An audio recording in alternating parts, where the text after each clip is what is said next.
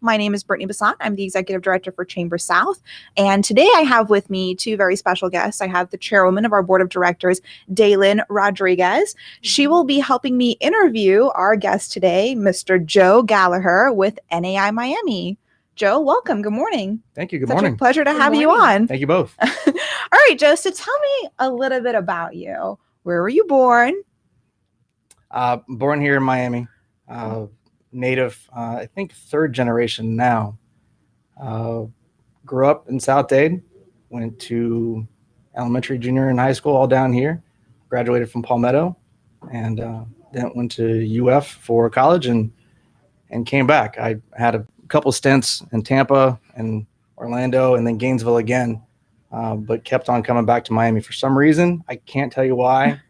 I kept on getting pulled back to Miami. I couldn't put my finger on it, but this is home. So we'll ask you a little bit more about that later too. Why Miami? But Florida guy, definitely all over the state of Florida, which I think is going to transition nicely into what you currently do. So give us a little bit about your educational background. Tell us about your professional background. What previous positions have you held, previous roles, and then what you do now? Education, again, went to the University of Florida, had my bachelor's in marketing, and got a minor in classical archaeology for some reason also. More of an electives that just piled up and worked out. Know that about you. That's very interesting. Can we just talk about that? Use this information. Forget about real estate altogether. Tell us everything you know about classical archaeology. Well, nothing now because a lot of time has passed, but I thought I was going to get into marketing. That was my vision post-college, that I was always drawn to people's reasonings for why they bought, why they sold, why they did the things that they did, and how marketing helped pierce that or leverage it or I don't know. Yeah, I guess capture something that either a brand is trying to create or a person is trying to figure out. So marketing was always very interesting to me, and came down here again, South Dade, and tried to get a marketing job. And no matter where I went, everyone said, you need sales experience, sales experience, sales experience. Always sales. So no one would hire someone fresh out of college. It was also a tough economy at the time. So got into sales and started working in retail in the Simon properties, and worked for probably about 4 or 5 years throughout the state of Florida, working and managing different retail locations, stores at high shrink and high concern, high turnover.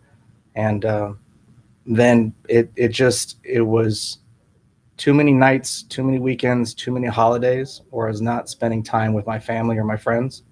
So it wasn't a life that I saw a future with. So I decided to get out of it. And my dad is a real estate appraiser, has been in the area for, I'm going to get this wrong, 50 years. If that's too much, she's going to be mad. You got to get it right. 50 years I'm going with. Sorry. All right. Sorry, Dad, if that's incorrect. So he has extensive experience with commercial valuations and property. And he said, why don't you leave what you're doing in retail and why don't you come work for me? We'll start a boutique real estate firm where you can go find investment properties, and I'll help provide the funding for it. You source the deals and we'll invest in properties. It's fantastic. It was a great opportunity. Problem was I wasn't very self-motivated. I was still young and had a lot of things to work out, I guess, on my own. But I wasn't very self-motivated, and I didn't really know what I was doing entirely. So my growth wasn't great. And I did find a property that was a really nice asset that we started working on. And we went to a local commercial real estate brokerage house, a friend of my dad's, Jeremy Larkin at NAI Miami. And we showed him the property, said, this is the asset we're thinking about purchasing. What do you think? And he said, this is fantastic. I'd be all over this. How'd you find it? And I said, I've been cold calling and tripped over this one. We did the due diligence and seems like a good deal. And he said, we need people like you working here. And then my dad fired me that day. And I started working for Jeremy the next day. A little harsh, but all right. Yeah, okay, Dad. That was your growth, right? So, there you go. and that was He over threw you 13 into the years fire. ago that I started working for NAI back in October. That's great. So yeah. Sorry, you said over 13? 13 years. 13 years with NAI Miami. Wow. Yes. And So- how did starting in really consumer sales, right, direct to the consumer, getting that sale through, how did that help you to grow into the commercial real estate side? There's so many ways in answering that question. The simplistic side is my preferred avenue in commercial real estate is retail side. I get it. Going back to your question, Mhm. I understand synergy, understand consumer patterns. I understand traffic patterns. I understand the demographic models and all, not all, I would say most of the intricacies that come into play when you're leasing, when you're looking for space, pretty much all avenues. So that was an easy tie-in because, as you said, my experience in the retail sector, I know how customers react. I know what they're looking for. And I know from a corporate standpoint how to leverage that. Where do you go? How do you identify yourself? How do you present yourself? What co-tenancy works for you? Mhm. What locations work for you? So that was easy. And it was fun. So that's what I've liked the most is trying to find that fit. Because going back to it, it's going back to marketing. It is. It's- It's coming yes. full circle to exactly Exactly. what you were passionate about in the Of beginning, course. and you're able to do that because you understand that side of it, which is critical Yeah. when you're in So sales and commercial. And that I love it. And I do a lot of retail tenant rep, and that's where my passion truly is. That and owner occupied services. So if someone's looking for corporate headquarters or an office space or anything where it's user driven, it's my favorite bit. You're segueing really well into Oh, am I? what do you do at NAI Miami? Really intentional. You've been there for 13 years. So I'm sure that your role and your position and your titles have changed throughout that time. So tell us a little bit about your journey with NAI Miami and what you started at, what you did, and now what you're currently doing. I'll give you the PG version. Please give us the PG Definitely a version. PG show. Again, I was coming out of a very, the business is you need to be personally driven. You need to be tenacious. You need to be focused. And when I first started, I had a hard time with that. And that was part of my ceiling working with my dad is I had too much room, which is, I guess, kind of an opposite, but I was allowed to do whatever I want. So I restricted myself by having the choice of not doing anything, I guess. I don't know if that makes sense, but I learned that you can't just take the project.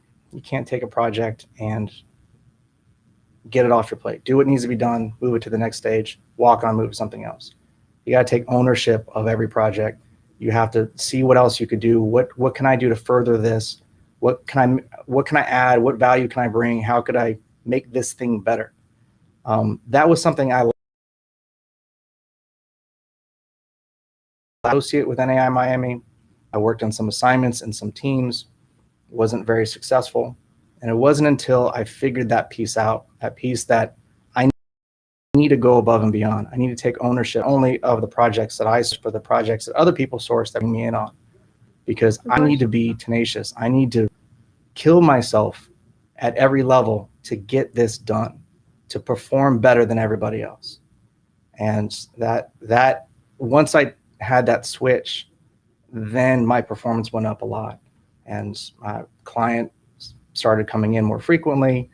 I started creating a better name in the community, both brokerage and local community. And my position internally with the company changed. So started off as a sales associate, moved up. I think my last position was senior vice president, and now I'm a partner in the firm. Congratulations. It's a recent development. Yes. So congratulations.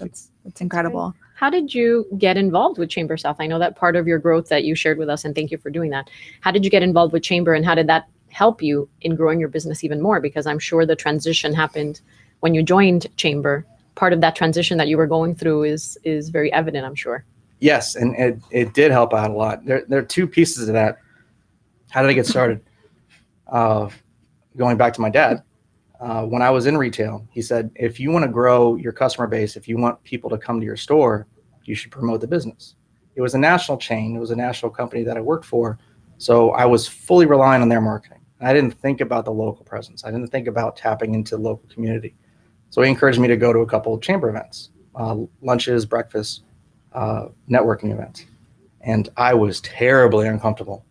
And you put a mic in front of me or you tell me to stand up and introduce myself, it was a problem. Yeah, networking is tough in the beginning. Oh man, I was embarrassed to be there. I thought, look at all these pillars of the community and all these great people that have established businesses, and here I am, just a simple retailer, and I'm following my dad into a chamber event. It was difficult, but thankfully there were a few people. I remember Jeff Flanagan being one of them. He was one of the first people that came up to me and was very nice, and it was irrespective of my dad. It was just, he was a nice person. And that was something the chamber always brought to me. Was there are other organizations where it was about prestige, it was about money, it was about what company you worked for. Mm-hmm. But the chamber was always very welcoming. It was very comfortable. And that was nice. And so that eased me into the waters of networking and got me comfortable, got me familiar. And from there, I started one committee. I was going to say a couple. I started one committee, Chamber Next within Chamber South. Started a couple. I helped many. Yeah. But I started Chamber Next, which is a young professionals committee within Chamber South. I thought that was a lacking component. And not only bringing up leadership within the chamber, but also something that I would have been looking for when I first started. So if it wasn't there when I started and I had the capacity to create it and attract others, I should do so. Mm-hmm. And so I started that committee. I've never started a committee before. I don't know what I don't know what's involved in that. Mm-hmm. I had to write bylaws. I had to create a budget. I had to do all the things that I was terribly uncomfortable with, but I did it. Figured it out. I had a lot of help throughout the whole transition or the creation. But that was a huge growth moment. Good. And then sitting in my first board meeting to pitch to the board of directors. So, oh man, the board of directors of the organization, I got to sit in front of these people and tell them why they should do something. So I had to pitch this idea of creating a committee. And it was, of course, created and it was successful. Right out of the gate. So that was also immediately pleasing too. But then I had to lead it. So the chamber taught me a lot on if something's lacking, if something's missing, you have the power to go create it. You have the power to go do it. And you could be that champion. You could be that person that holds it up. And then once you do it, what do you do with it? Now you got to keep it running. Keep growing. So you have that exactly. leadership development, which was big for me. That the leadership development within the chamber was probably the biggest asset that I would take away. And then once you're the leader of a group or a committee or a chair or whatever, after a couple of years, then what? Who do you bring on? So how do you foster leadership? How do you teach? And then of course, moving up and being approved for the board of directors and executive committee and being past chairman. I don't remember which year. It was 1 year. What? Well, so I've just been sitting here smiling and grinning like a fool, listening to Joe tell this story, because to hear just where you started and to know you in the capacity that I know you. So my history with Joe, Joe was actually the one that interviewed me and hired me back in 2017. That wasn't an interview. That was a conversation. When you were chair. So Joe was chair of Chamber South from 2016 to 2017.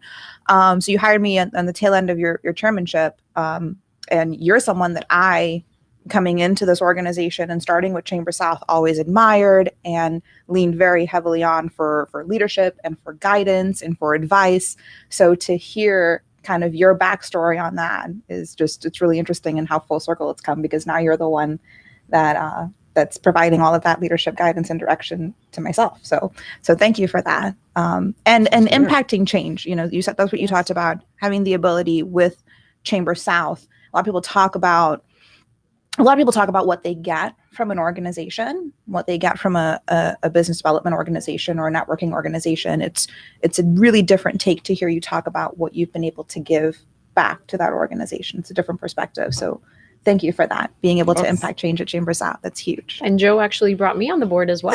Joe, you're responsible for this. Yeah, I'm recruiting everywhere. About the same time. I mean, yes, Joe is the reason that we're both me. sitting here. Yeah, there you go. I was a member, but you did invite me to join the board. And I think it's part of your growth professionally and also leading the chamber, because you really had a vision for what you wanted the board to look like. And that's really important. And that's really what we try to do in chamber, is give people opportunity to grow. But if you are part, or you want to lead a committee and you really have a vision for it, that's what we want to hear. It's very collaborative. And for me, it also becomes just very personal and fun. It's like the fun part that you can go out there and market and connect with people and, create friendships that can last forever. So business still happens, but it happens in a more personal way. That's true. So, of course, you get clients through being part of a business organization. Absolutely. Mm-hmm. It's those other things you don't really sign up to get, but then become part of it, that you really start to value. And again, that would be my professional development. And as you said, friendships. I mean, I can't tell you how many of my very, very close friends are from chamber. I wouldn't have that without it. So it's interesting little bonus. Yes, it is. I definitely welcome it too. Yeah, this is a very different perspective than we've ever gotten, but I think it shows what we really promote about Chamber South, which is that it's different than other chambers of commerce in the warmth and the family that's created with this group of professionals. And like, Dailen and Joe both said, there is a huge opportunity for, if there's a change or a difference that you want to make, you can do that here with our organization, and it goes past just the networking. There's a different level of professional development that you get because of all of the different opportunities, leadership, and growth that you have with Chamber South. Yeah, it's really important to also, going to your experience. I think the three of us may have had a very different experience with Chamber too. When you come in and you join, it's really, what do you want to take away from it? What is it that you want Chamber to bring to the table, and vice versa? What's your ROI? Exactly, right. And I think everyone joins looking for an ROI, and it's usually quantitative. And then you realize that the time that you put into it is the time, and how much benefit you get out of it. And that's really the most critical part. Is it's a little bit more individualized, I find, with Chamber South. Absolutely. And there's a lot of great organizations and business organizations in South Florida, but I feel like we really listen to our members and try to take that away and say, what can we provide for you and how can we change it? Can we start a committee that maybe benefits you in the long term? Or maybe it's just of interest and you want to do it. So I find that that's always been very welcoming for us. Yeah, it's interesting. It kind of going back to my previous soapbox moment where I blacked out and talked about tenacity and everything. It's very similar when if there's something you need or something needs to be done, the chamber taught me to just go out and do it.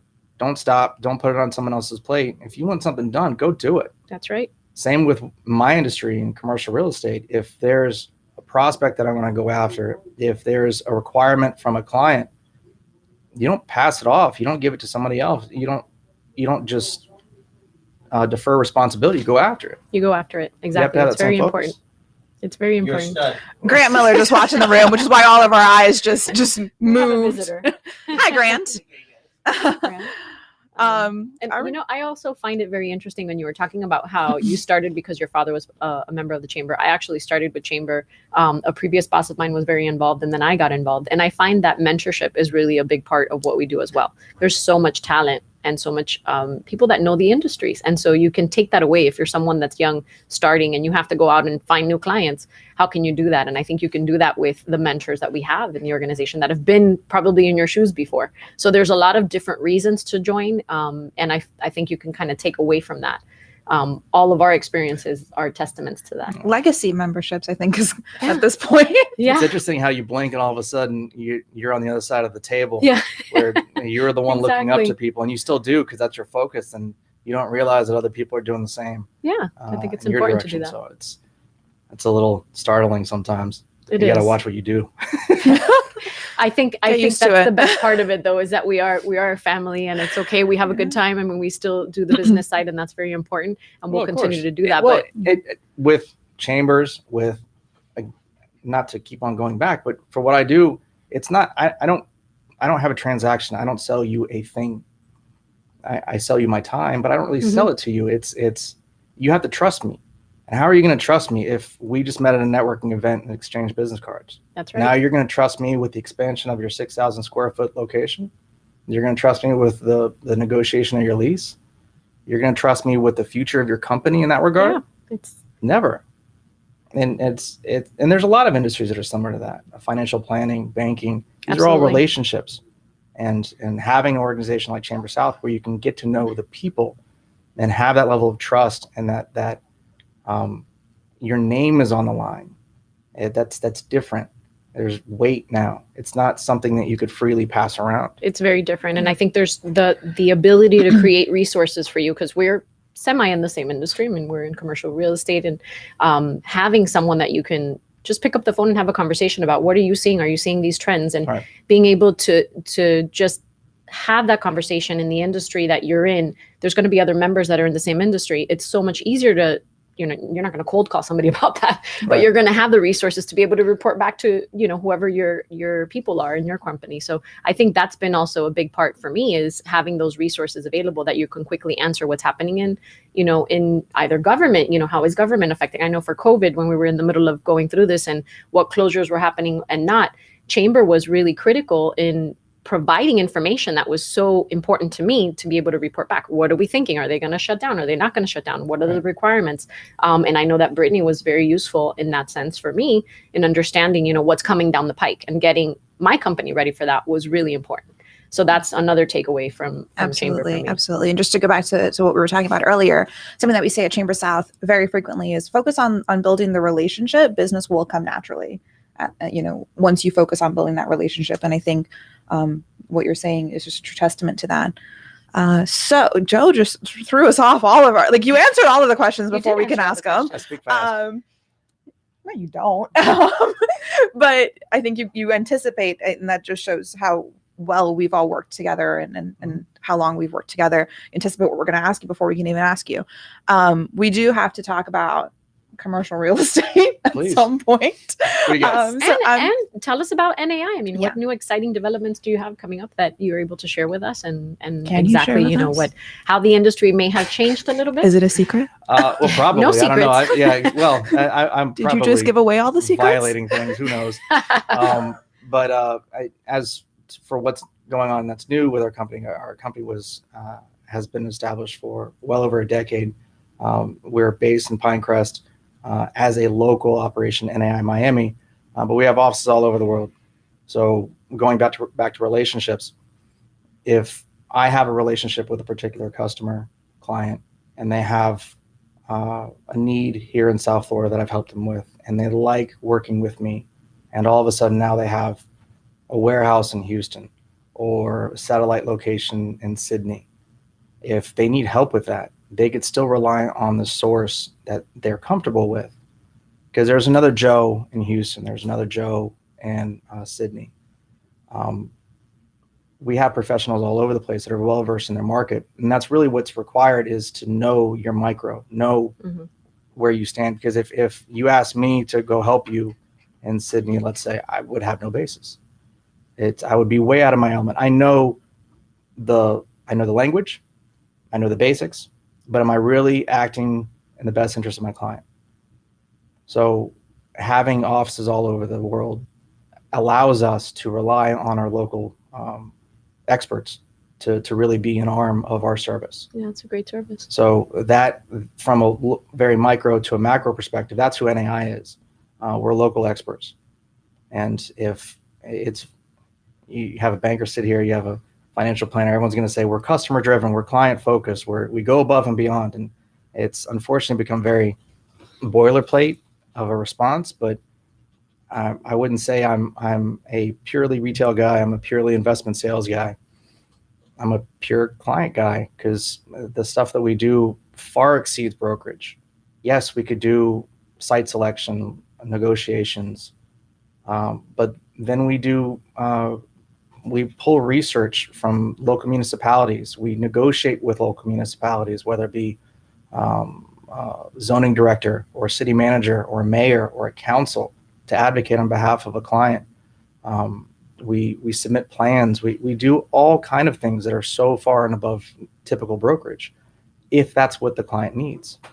So it really depends. So I hate to give that answer of we're client specific, we're client focused, and we're really customer service driven, but that unfortunately, that's the best way of it is true. generalizing It's it. whatever the client needs. That's what you provide. But that's Exactly. true, and that shouldn't be something that Should be. Well, it shouldn't be something that you're afraid to say, because that's part of your core pillars at NAI and what you guys do. So absolutely, I mean, it does. Everyone says it, but it needs to be true, and I definitely believe that it is. So well, testament would be tough. how long you've had most of your clients, and I think they come to you for that type of service and personal service. I've yes.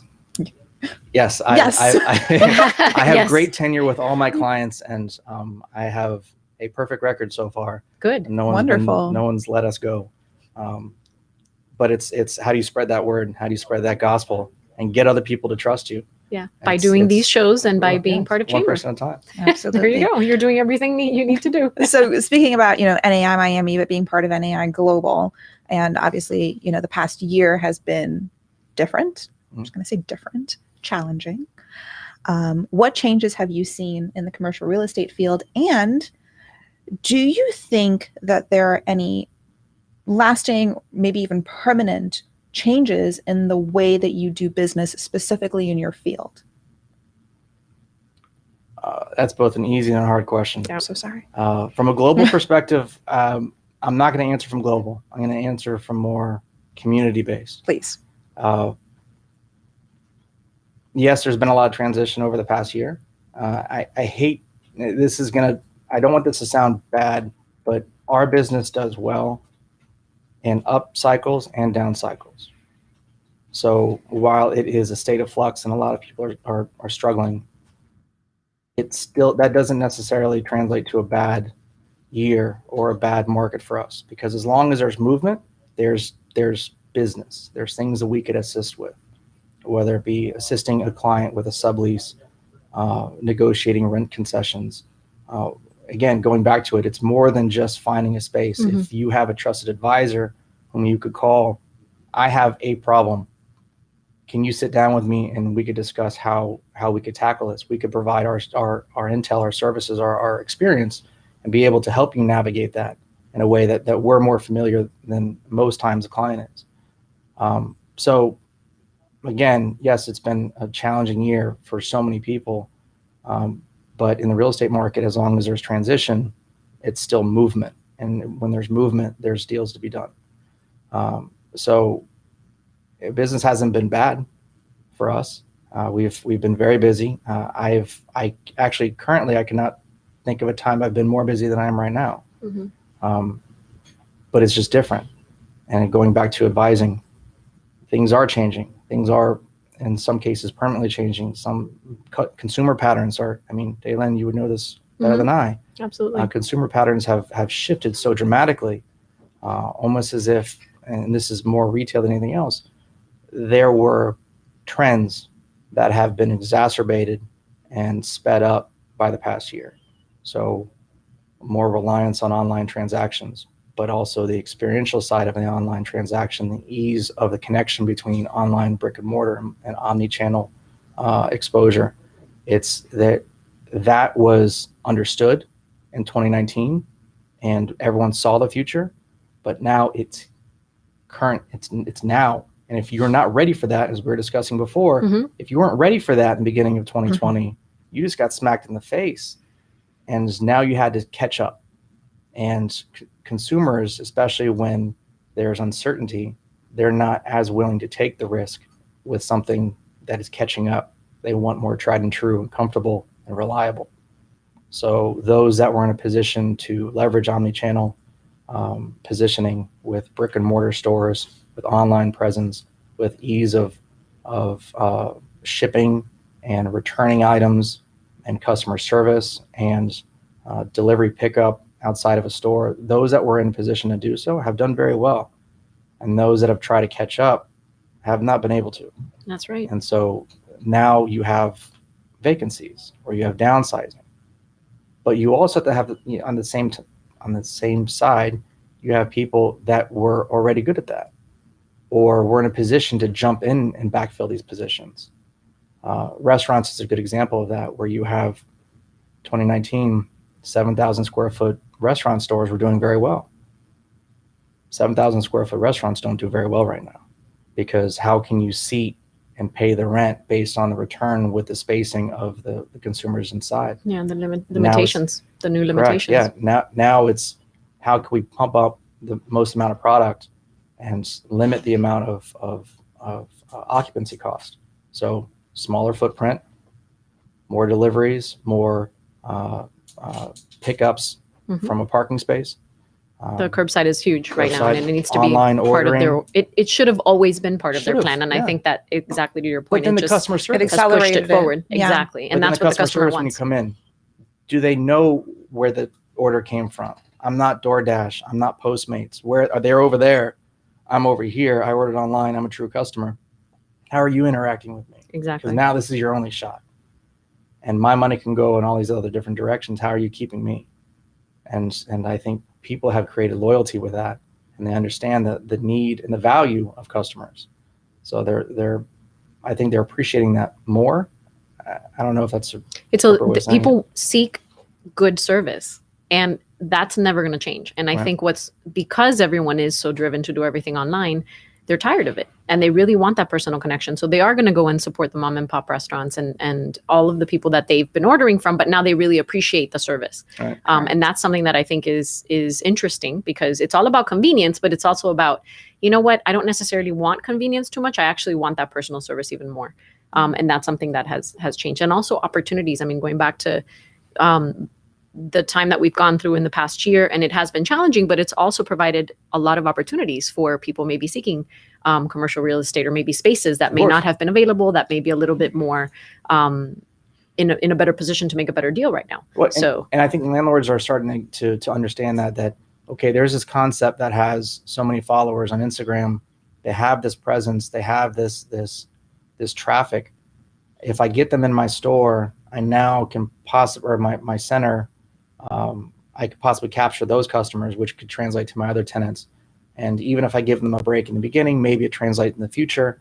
I think landlords are also maybe more aggressive. I guess more flexible in their more creative. I was going to say creative. It's much more creative in where you can seek it. And I think everyone starts somewhere. I mean, sometimes the concepts that you thought years ago were not going to work, or maybe the concepts have also realized that it's great that I have an online presence, but the brick and mortar part of it is really the next step of my business. Yeah. And that's been happening. And it's, if you're on the flip side and you're the one trying to lease the spaces, they're like, oh, it's good, I'm online only. And now they're realizing I need both. Yes. And that's actually the opportunity that we're seeing in what the year that we had last year. And that's just retail. I mean, industrial, again, going back to local, industrial is fine. Vacancy is ridiculously low. It's tough to find space. You have to stay ahead of pending vacancies. It's a challenge. So industrial, last mile delivery, obviously they've done well with this past year. So industrial is doing fine. Office is in a bit of a transition. And now you're talking about micro markets again, not Dade County, South Florida, South Dade. It's all right. Brickell's struggling a little bit, but Coconut Grove has really low vacancy. Yeah. And go Coral Gables. Well, their vacancy has gone up a little bit. Well, Kendall Market, their vacancy has gone down. So it really depends, because it's why, going back to motivations. And we were tossing around in mid 2020 that office market wasn't really going to change in footprint, because while fewer people were going to go to the office and they were going to work from home and work from the office, but there was going to need to be more spacing. That's not the case anymore. They're not really, because at the end of the day, the owner of the business is looking at their bottom line and saying, I don't want this extra space. So we are still going to have the same distance, you and I, that we did back in 2019. We're just going to have a overall smaller footprint, because Dailen might be working from home today, and then I might be working from home tomorrow.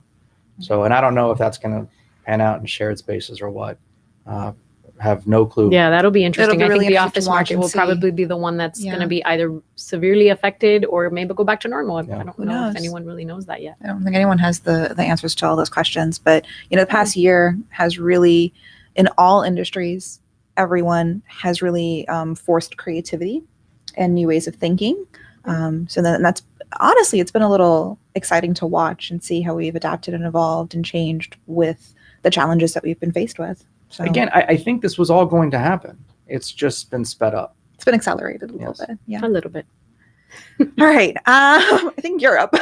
No, I think we're good. I think we covered all of the topics that we wanted to cover with you, Joe. Can I throw a shameless plug for NAI Miami? Absolutely. No? Yes, of course. That's what we're here to do. That is what we're here to do. Well, Dailen, you asked the question about what's different with NAI Miami lately. And I alluded to that earlier, that there are 4 new shareholders within the firm. There were 4 previous, so now we're at 8. Great. The company is in a big growth position, growth in property management, growth in brokerage. So obviously, from a business standpoint, if anybody needs that personal service, that personal connection, or just, I don't know, I have a property question and I don't even know what the question is, but is there someone who we could talk to? Obviously, they could always call us and one of our professionals will be able to assist. But we're looking for more of those. We're looking for more brokers. And we see down the road this growth of partnership continuing. And it's not the antiquated version of, there's 2, 3, 4 partners in the law firm or the brokerage firm, and that's it. And we're trying to get everyone to have skin in the game. And we're all trying to grow the firm and be, fly the flag of NAI Miami. All of us in our respective industries, our respective markets, and what we do, and really showcase what we're capable of. So we're looking for more of those, whether it be on the professional side with brokers, property managers, but also with business. So if anybody needs anything, great, they can call us. They can contact you. They can contact Chamber. And then we'll get them in contact with you. NAI directly. NAI Miami directly. Yeah. NAI Miami directly, or contact Chamber South, and we'll be happy to put you in touch. Or leave a comment on our live video right now. Let's actually take a look at some of the comments. Thomas wants us to say hello to you. He's Thomas Talby, and he worked at Chamber when Joe first started his journey. Thomas started the wellness committee when I started Chamber next, and we battled back and forth who had the most amount of members. Thomas worked for the Chamber, so I can now say, since he's texting, that he got too much attention and I wasn't getting enough. So the wellness committee got all the love. So he had an insider track there working for the Chamber, we would say. But no, Thomas was great. Miss seeing him. Wonderful. Well, I think that's it on my end of questioning. Yes. Joe, is there anything else that you would like to maybe give a shout out to your family? You're putting me on the spot for that. No, I'm just saying hi. Shout out to my family. Sandy Gallaher, Harper Gallaher, Connor Gallaher. Oh, beautiful. And our 3 dogs. 3 dogs. And our turtle and our 2 gerbils and our fish. I hope they didn't all join you in 2020. And the 50 parrots that are probably in the backyard right now. That's great. That's lovely. So your little zoo. My little zoo. There you go. All right. Well, thank you so much for joining us today. Thank you for being on the show. Thank you, Joe. Dailen, we appreciate your time today. Thank you for being sharing here. your journey. Okay, so we're all gonna say goodbye. So I figured it out finally. It only took me 3 tries. That camera. We're gonna look over there. We're gonna say bye to everyone. At the count of 3 or anything? We're not gonna count of 3. Thank you so much for joining. Bye. Have a great day. Bye. Thank you.